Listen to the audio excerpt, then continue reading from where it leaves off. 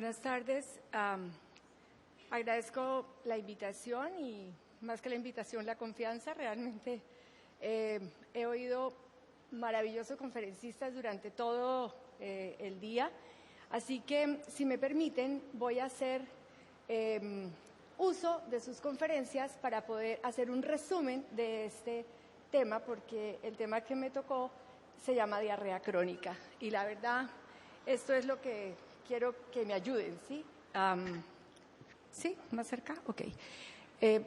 Es un llamado de auxilio. Realmente cuando los gastroenterólogos nos enfocamos o nos enfrentamos al diagnóstico de diarrea crónica, creo que es uno de los cocos. Bueno, no sé si para todos, pero por lo menos para mí es uno de los cocos que existen. Entonces, vamos a definir diarrea crónica como un aumento en el volumen, la fluidez y la frecuencia de las deposiciones, especialmente relacionadas con el hábito de cada individuo. Un aumento en el volumen está establecido que sean más de 200 gramos de peso, más de 200 gramos, el peso de la deposición, fluidez, que las deposiciones sean líquidas, y aumento de la frecuencia de las deposiciones según los criterios de Roma 3, más de 3 deposiciones al día. Sin embargo, pacientes que tienen grandes consumos de fibra van a tener unos volúmenes mucho mayores de 200 sin que tengan diarrea. Entonces, específicamente hay que establecerlo relacionado con cada individuo. Cuando categorizamos una diarrea crónica, es importante que establezcamos cosas como estas: la duración. Menos de 4 semanas. Leí artículos donde hablan de 3 semanas, pero la mayor parte son 4 semanas, que es cuando los autores establecen que se debe haber resuelto una diarrea aguda. Entonces, podemos estar en ese rango entre 3 y 4 semanas de duración para estudio de diarrea crónica. Establecer el riesgo poblacional. Se nos olvida que vivimos en un país del trópico, que vemos pacientes que viajan permanentemente a países tropicales y que tenemos una alta incidencia de enfermedades parasitarias y de infecciones. Es muy complicado cuando uno hace procedimientos endoscópicos costosos y hace diagnóstico de parasitosis con un equipo de endoscopia o con una cápsula endoscópica. Entonces, hay que hacer esto y establecer el riesgo poblacional. Por favor, la severidad de la diarrea. Tenemos diarreas de altos y bajos volúmenes. La fisiopatología la vamos a ver un poquito más en detalle más adelante, pero en general las diarreas se pueden clasificar en diarreas líquidas con las características de la fisiopatología. Vamos a hablar de diarreas por mala absorción y por diarreas por mal digestión. Y en cuanto a las características de las heces, tenemos unas diarreas líquidas, que pueden ser osmóticas o secretoras, las diarreas inflamatorias y las diarreas grasas. En algunas publicaciones están las diarreas motoras, que en otras las ponen dentro de las diarreas secretoras. En cuanto a las duraciones, ya hablamos, aguda o crónica.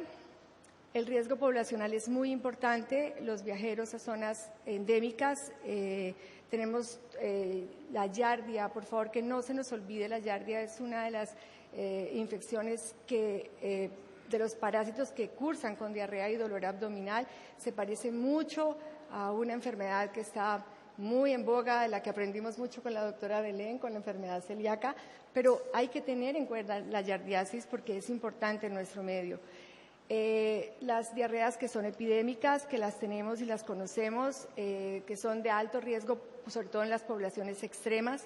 Los diabéticos tienen diarreas por múltiples razones, los pacientes con enfermedad por VIH y los pacientes institucionalizados, los ancianos y los pacientes con demencias, que frecuentemente nos los traen a la consulta como diarreas crónicas y a veces son pseudodiarreas, son pacientes que han hecho impactaciones fecales, son maltratados en las instituciones con laxantes y luego hacen diarreas por esta razón. Por eso es importante establecer el riesgo poblacional.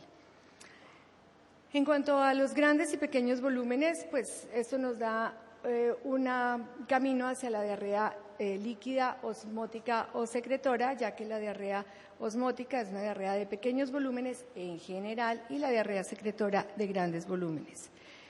En cuanto a las enfermedades por maldigestión o por malabsorción, hemos visto ampliamente muchas cosas y tenemos que tener en cuenta algo que no hemos hablado, que son todas las enfermedades que están dadas por cirugías resectivas, o sea, la cirugía bariátrica, la Y de Roux y todas estas cirugías que han llevado a perder sitios de absorción, y las sales biliares no son capaces de formar los complejos que tienen que formar para absorber los nutrientes, y esas diarreas todas son diarreas por maldigestión. Las de mala absorción las conocemos ampliamente y son más de estudio clínico y no tienen el antecedente quirúrgico generalmente. Dentro de las diarreas de mal digestión también tenemos que tener en cuenta la diarrea del Zollinger-Ellison, que es donde es mixta. Podemos ver tanto una diarrea secretora y podemos ver también una diarrea por mal digestión. Habíamos establecido que una de las clasificaciones que yo escogí, realmente hay muchas, y cuando van a leer, hay un artículo publicado en la revista desde el 2004, en la revista colombiana de gastroenterología del 2004, que está por el doctor Pineda y el doctor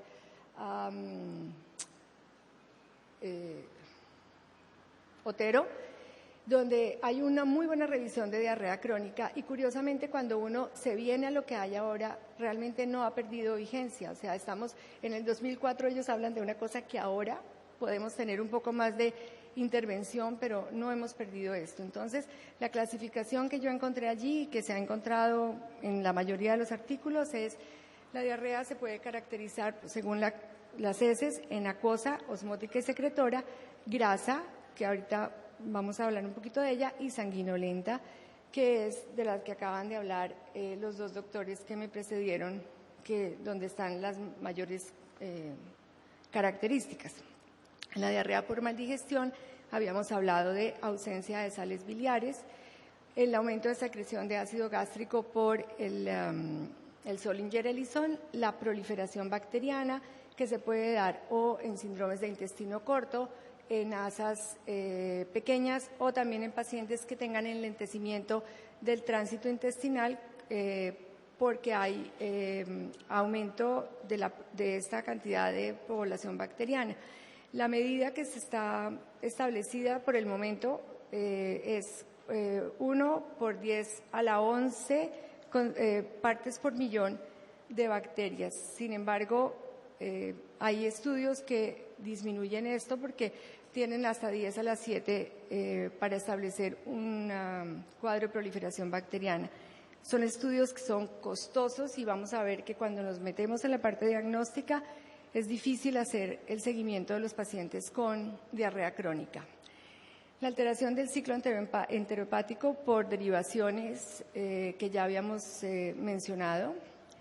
Dentro de las diarreas por malabsorción, pues uno no absorbe porque no tiene por dónde absorber, y los daños de la mucosa pues se llevan allí toda su protagonismo. Entonces tenemos la enteropatía por Aynes, de las que vimos esta mañana. William habló más de estómago, pero realmente esto mismo lo vemos en intestino delgado y en intestino grueso. Las infecciones, tenemos infecciones bacterianas, tenemos infecciones parasitarias. Las enfermedades autoinmunes también pueden cursar con diarrea crónica, la enfermedad celíaca y la enfermedad de Whipple. Soy una convencida de que los exámenes complementarios son muy importantes, pero volver al básico de la historia clínica, de preguntar al paciente, de hacer muy clara no aceptar que los pacientes den los diagnósticos, es claro. O sea, doctor, vengo porque tengo diarrea crónica, y uno cuando se pone a mirar, la diarrea lleva 8 días y ni siquiera hemos podido pasar de una diarrea aguda. Entonces, hay que hacer una buena anamnesis, la época de aparición, cuánto ha durado su diarrea, establezcamos un punto, 3 o 4 semanas de duración de la diarrea. la epidemiología de dónde procede el paciente, de qué orientación sexual es, de qué enfermedades coadyuvantes tiene. Toda esa parte es importante preguntarla. Nos da pena, nos da miedo, nos da angustia. Muchos pacientes llegan pidiendo que se les hagan anticuerpos para HIV, pero si el paciente no lo pide, muchas veces no lo preguntamos. La presencia o ausencia de dolor abdominal es importante, especialmente en una entidad que se llama diarrea funcional, que todos la hemos visto y a veces se nos va la mano en no hacer ese diagnóstico, porque cumple los mismos criterios del síndrome de intestino irritable con diarrea, pero sin dolor. Entonces, es importante saber que esto existe. Hay un artículo muy reciente de diarrea funcional que vale la pena ver porque nos vuelve y nos mete dentro de esta historia la diarrea crónica para llegar a un punto de una diarrea que es absolutamente fácil de manejar. Y tenemos los factores agravantes y mitigantes de esa diarrea, como es el ayuno o el no ayuno, que es una de las diferenciaciones que vamos a ver ahora. En el examen físico es importante establecer si el paciente tiene o no pérdida ponderal, o sea, nos va a ayudar para esto. Un paciente que no tiene, no es que todos los pacientes tengan que parecer desnutridos, pero realmente un paciente que está hablando de una diarrea crónica perdedora de proteínas durante 3 o 4 meses antes, pues no va a aparecer con un aspecto de muy saludable, así que es bueno que el examen físico nos ayude para eso.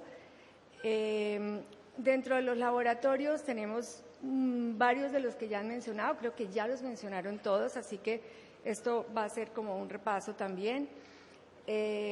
Tenemos el cuadro hemático con velocidad de sedimentación globular, es importante pedirla, por lo menos en algunos laboratorios hay que pedirla específicamente. Química sanguínea, establecer el nivel de proteínas, cuánta albúmina tiene el paciente, nivel de carotenos, vitamina B12, se pueden medir en la mayor parte de los laboratorios y la mayoría de estos los cubren los servicios de salud. En cuanto a la materia fecal, pues podemos hacer el análisis de si es acuosa, que ya habíamos dicho, secretora o osmótica, si es inflamatoria o es grasa. En cuanto a las características de la diarrea secretora, a grosso modo, tenemos que son de grandes volúmenes, hay gran pérdida de materia fecal, no disminuye con el ayuno y el GABA osmótico es normal o es bajo. El GABA osmótico se establece con una fórmula muy fácil que es 290, que es la misma osmolaridad del plasma, por 2 veces la suma del sodio y del potasio que se establecen en materia fecal. Es absolutamente imprescindible que el paciente tenga materia fecal líquida y se hace un liofilizado de eso y se mide en el sodio y el potasio. La experiencia que hemos tenido con algunas personas, porque antes de esta charla estuve preguntando, en general las bacteriólogas no les gusta hacer esto, específicamente porque dice que los equipos se tapan. En cuanto a la diarrea secretora, ya hablamos, toxinas bacterianas, mala absorción de sales biliares, la enfermedad inflamatoria intestinal aquí es tanto inflamatoria como secretora, ya lo habíamos establecido, medicamentos especialmente, tienen todos, los AINES, la metformina, los antibióticos, en principio cuando uno ve la lista, cualquier medicamento es capaz de producir una diarrea crónica. Las alteraciones de la motilidad, especialmente en pacientes con comorbilidades y las enfermedades generales. Los tumores neuroendocrinos, de los cuales habló el doctor Landazábal, y el adenocarcinoma, no se nos puede olvidar el colon en este punto. En cuanto a la diarrea osmótica, tenemos, al contrario, volúmenes muy pequeños, siempre disminuye con el ayuno, es una parte del tratamiento, y el GABA osmótico es alto porque la cantidad de sodio y potasio que sale a la luz es muy alta. Hay 2 grandes causas de diarrea osmótica. Uno es la ingesta de lactosa, o sea, la intolerancia a la lactosa. Y ojo, importantísimo, en esta era en que todo el mundo hace dieta, la ingesta de sorbitol es una de las causas de diarrea crónica. y todos los endulzantes vienen con sorbitol. Y la ingesta de magnesio y fosfatos, especialmente el magnesio como citrato de magnesio o como leche de magnesia como laxante. La enfermedad inflamatoria intestinal, acabamos de ver dos excelentes exposiciones. Tenemos, esas son la diarrea inflamatoria, puede tener pus, moco, sangre cuando uno hace la inspección, y las causas de diarrea inflamatoria las ven acá. No olvidar que hay causas malignas, pero hay diarreas que son por parásitos. Ojo, se nos olvidan y son las más fáciles de diagnosticar si las buscamos y las pensamos. En cuanto a la diarrea grasa, tenemos los síndromes de mala absorción, lo tenemos en la enfermedad celíaca, el síndrome de intestino corto y los cuadros de sobrecrecimiento bacteriano, la isquemia, especialmente en pacientes mayores, y la insuficiencia pancreática exocrina y la concentración inadecuada de sales biliares, de ácidos biliares. En general, esas son las causas. Como ven, es un repaso de lo mismo. Hay que establecer el punto de la diarrea para buscar las enfermedades más frecuentes dentro de eso, y los exámenes que tenemos no pueden depender de esto. El recorte en salud no afectará la atención directa de la gente, pero sabemos que sí. Así que tenemos que empezar a buscar volver a lo mismo, a los exámenes iniciales, a la historia clínica del paciente, al examen físico, las pruebas de las que ya habíamos hablado, en heces, el estudio de parásitos, la concentración fecal de electrolitos, el estudio de grasa que se puede hacer cuantitativo o cualitativo, el Sudán sigue haciendo, sangre oculta en materia fecal por inmunoanálisis o por guayaco, los leucocitos o el test de calprotectina que se está introduciendo en este momento, del cual ya hablaron también, y ojo, test de laxantes, especialmente el de fenoftaleína, que se puede hacer muy fácil haciendo la reacción con hidróxido de sodio. Estas son las pruebas que tenemos para enfermedad celíaca y por lo menos serológicas para enfermedad celíaca y para enfermedad inflamatoria intestinal. Los conocen, los anticuerpos antigliadina, tiene baja sensibilidad y especificidad, pero tenemos antiendomicio y antitransglutaminasa. Pues como son IgA, pueden ser negativos en pacientes que tienen déficit de IgA, eso hay que tenerlo en cuenta. Por lo tanto, la endoscopia con biopsia de duodeno es muy importante allí. Los anticuerpos anticitoplasma perinuclear y antisaccharomyces, especialmente para enfermedad de Crohn y colitis ulcerativa. En cuanto a los test de hidrógeno, se han convertido básicamente en una historia, por lo menos los aparatos existen, los reactivos no llegan al país fácilmente o son muy costosos, y las pruebas de aliento también son muy limitadas para su acceso. Calprotectina ya lo hablamos, y en cuanto a los exámenes endoscópicos que todos ustedes conocen porque todos hacemos algún tipo de examen, tenemos la esófago gastroduodenoscopia, por favor, con biopsias aspirado duodenal, es importantísimo, la colonoscopia con paso al ilion, si estamos sospechando enfermedad del ilion terminal, hay que buscar que el colonoscopista pase. A veces la sigmoidoscopia nos da el diagnóstico simplemente por mostrar una melanosis coli. La videocápsula tenemos aquí una experta en videocápsula y además, pero para diarrea crónica todavía está buscando su lugar, todavía. Es más importante en otras cosas, así que vamos a tenerla un poquito. La resonancia nuclear magnética y la tomografía tienen importancia especialmente en el diagnóstico de masas y en la valoración de la pared intestinal. En cuanto... Como se dan cuenta, pues pasé por encima de todas las charlas, lo que cogí fue un pedacito de cada una sin saber qué iba a tocar cada una de esas charlas, pero es un mar de conocimientos realmente y es bien difícil tocarlo, pero tenemos que tener en cuenta que existe la diarrea crónica, que exige un estudio, pero que debemos empezar por cosas simples como un examen físico, una buena historia clínica y pruebas que deben ir en aumento de costo cuando lo estamos sospechando. Pues muchas gracias.